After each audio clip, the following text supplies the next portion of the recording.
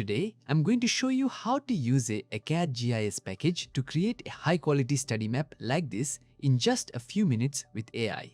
I'll show you how to do everything using AI prompts. The first step is to install the package. Since this is a Python package, you'll need Python installed on your system. If you'd like to know how to install Python, let me know in the comments. I'll post a short video soon. Okay, let's open the terminal and copy the installation command from our website, or you can copy it from the GitHub repo. Then run it. It's installing now.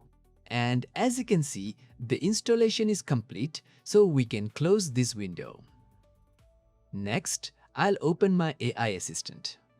I'm using Antigravity for this, but you can use Antigravity, Claude Code, Codex, or VS Code.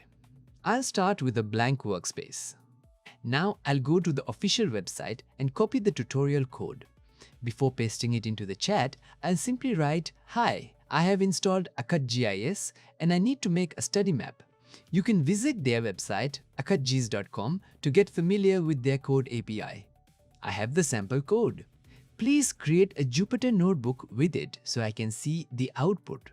Then I'll paste the copied code into the chat. You can select from different AI models, but I'll choose a high-performing one for the best results. The AI will analyze the request, ask for any necessary permissions, and automatically generate a Jupyter notebook for us. Once the notebook is created, I'll ask the AI to run the code so we can see the plot. As you can see, the code has run and generated the plot in just a few seconds. You can customize everything here, including the colors, connectors, and grid lines. If you are familiar with Python, you can easily tweak the color palettes and styles, and the official documentation has plenty of tutorials to help you.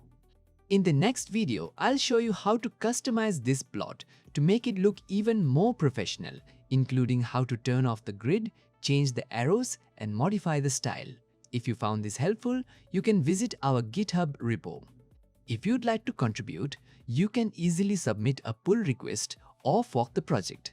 And if you enjoyed this project, please start it to show your support and share this tool with your friends. Thanks for watching and see you in the next tutorial.